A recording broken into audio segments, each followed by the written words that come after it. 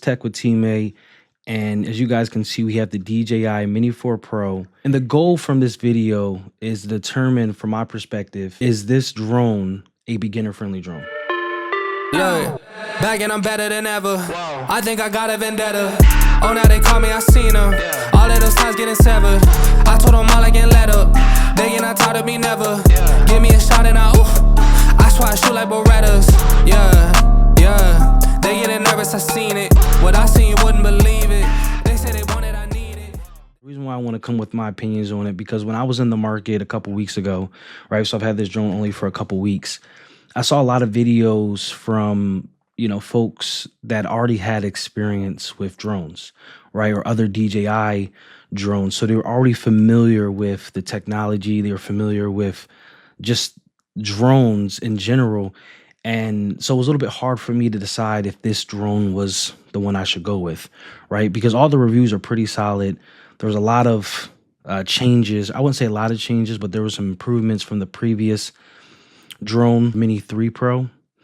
So I believe that I was going to get the better product, but probably my biggest concern about the drone was how expensive it was, right? And if I'm going to use it often, was it going to be something that was going to be easy for me to fly? So anyway, I want to just talk about a couple things about the drone. Then I'll give you guys my opinion if I feel like this is a beginner-friendly drone. All right, so let's just jump in. So my first impressions of the drone is that it's very light. This drone comes under 249 grams, and that's with the standard batteries. I went with the Fly More Plus, so that came with bigger batteries, so it puts me over the 250 grams, and that means I need to have it registered. So if you are in the market and you don't want to have to register your drone, you can get the standard one with the standard battery, and it would keep you underneath that restriction. The quality of it, I think it's solid, right? It's plastic, which I assumed because it's super light, but it feels really well made.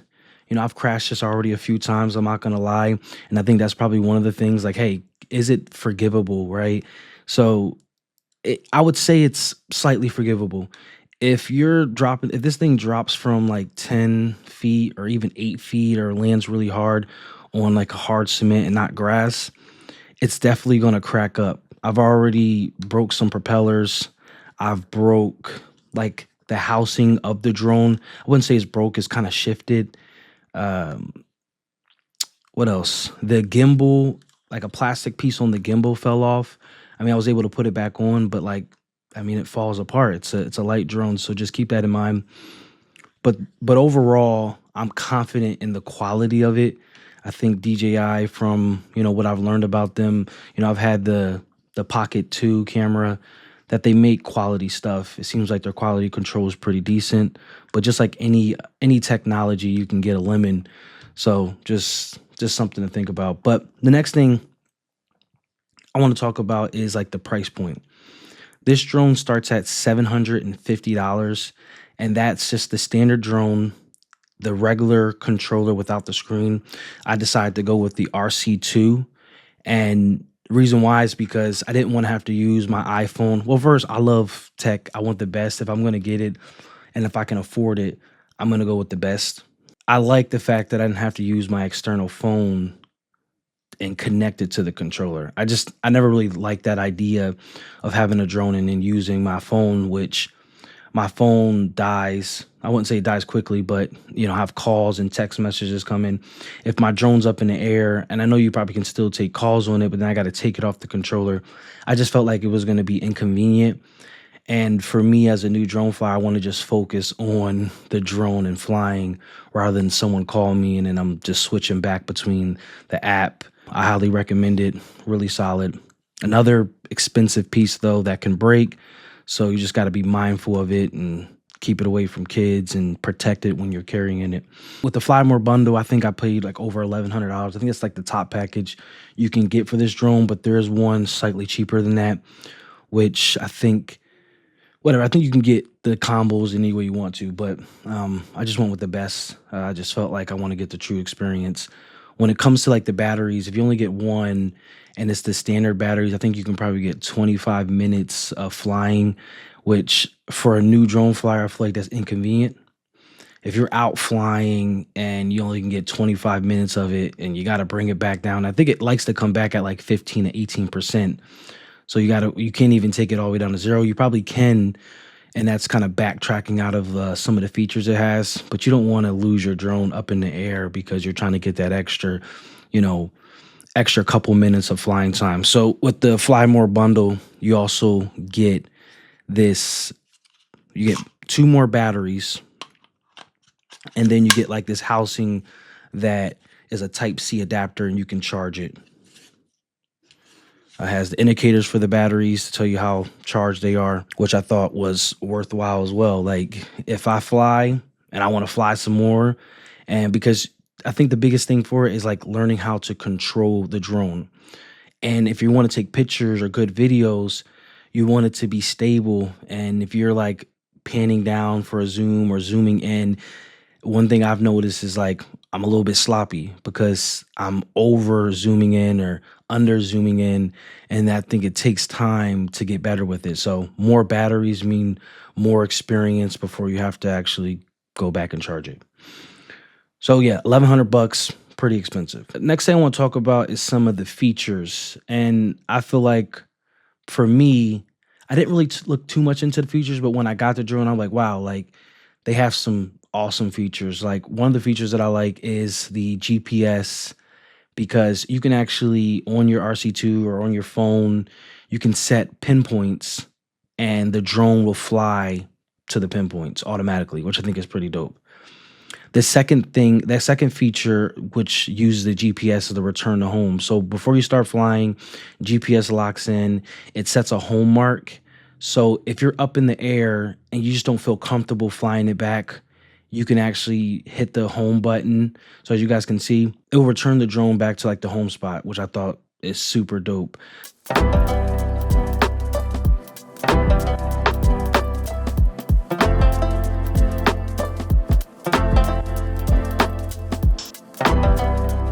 Another feature is all these sensors. There's a bunch of sensors on the drone, which helps with the obstacle avoidance. So if it's flying and it's like, here's like a tree, it won't hit the tree because it could sense the tree, so it stays away from it.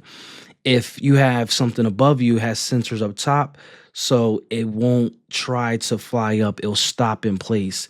The sensors aren't foolproof, like they're not 100%, they're not gonna always work 100%, but they work really well. Probably from my experience, like 95% of the time, it stays away from any of the obstacles. And there's a couple options there where you can kind of have it act a little bit differently, whether it stops or it goes around the obstacle. I think it's just another feature for someone that's new flying drones. I highly recommend you to go to like DJI's website, look at some reviews, look at like what other safety features. There's plenty of them that you would want to utilize, and make sure you're going through the settings, because if you go to like the sport mode accidentally on the controller, you have the options to go to sport mode, and let's just say you didn't know what sport mode meant, it actually removes the obstacle avoidance. So if you're flying at a higher rate of speed that allows you to do, and you're expecting it to go around a tree or stop,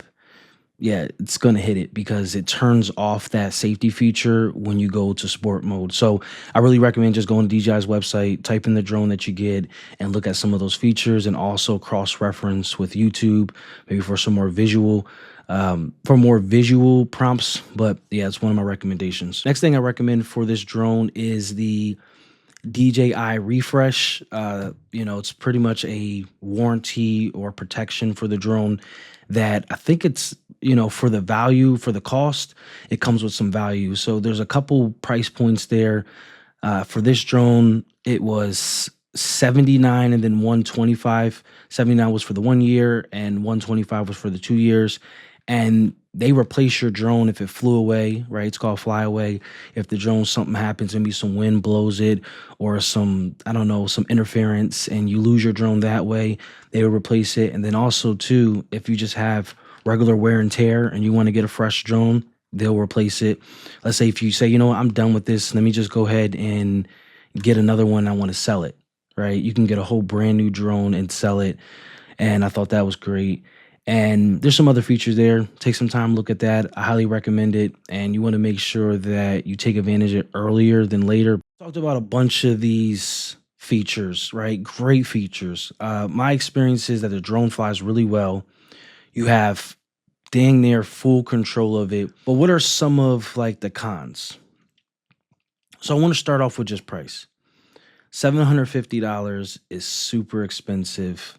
I'm not going to say super expensive for a drone, but there is cheaper drones out there that may make sense for you.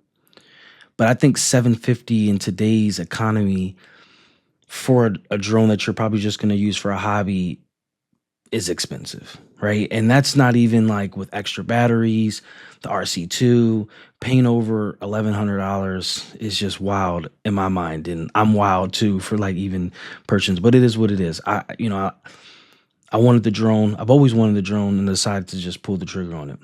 So price is just crazy. I think you can find other drones with some of the features that you're really going to lean on and use for, third of the price. Second thing is that this drone is not really forgivable when it falls. Like if it falls from a reasonable height, you're going to have to replace things. It's going to break. And I understand it's a drone, it's light, but it's $750. And that's why I recommend the DJI refresh and, really recommend just taking your time, learning the drone and flying out in an open field. The first time I flew it was in my backyard because I just got it and it was dark outside. And because it was dark, the sensors weren't as useful and I hit the side of my house. The second time I flew it was out in the field because it was just open space. I could see it and I felt really confident and I just started learning how to fly it and control it better. So just, I guess, let me just conclude on that it's not really forgivable for $750 or $1,000. It's expensive to fly it once and to lose it or crash it. Third thing is that, it's going to be kind of a mix of the price and then the features. I feel like it can be overwhelming. And, you're going to be looking at all these features like, man, yeah, I paid for that, and I don't even use none of that. So this leads me to, do I think the DJI Mini 4 Pro is a beginner-friendly drone? My answer is yes and no. I say yes because it has tons of safety features. It's really easy to fly. It's fun. But I say no because it's super expensive. I feel like the features can be overwhelming. And it's just not forgivable, right? So if you don't know how to fly, and yes, there's obstacle avoidance, but if you didn't read or you didn't watch this video and a wire hanging, power line wire is out, it really doesn't see that, right? Or a little small twig on a tree, it may not see that. And you hit it off the tree, just a twig, and all it takes is the rotators to grab the tree, that tree branch, and it's gonna cut the drone off completely. And it falls from 20 feet and it just crashes. So I feel like if you buy it, I'm gonna say this again, this video is not sponsored whatsoever. I bought these drones with my hard-earned money, but as someone that has experience already and knows that this is really expensive, the DJI refresh is a must. So that gave you guys my conclusion. What do you guys think? Do you guys think the DJI Mini 4 Pro is a beginner-friendly drone? I would love to hear your guys' comments and your guys' perspective. And if you guys have made it this far on this video, I really appreciate it. This is my first YouTube video, and I want to just kind of continue to create content on the drones. I have the Avata 2 as well, which is a great FPV drone. This was my second drone. I bought a drone literally a week after I got this guy. So I'm learning both of them. If you guys have been watching for this long, I appreciate it. I would love to hear your guys' opinion on if you guys believe that this guy is a beginner-friendly drone. And, feel free to like, share, follow. I'm going to continue to make content around these drones and the tech that I buy. So I'm going to let you guys go. Appreciate you guys for tuning in. Let's get it. Look, back and I'm better than ever. I think I got a vendetta. Oh, now they call me, I seen them. All of those times getting severed.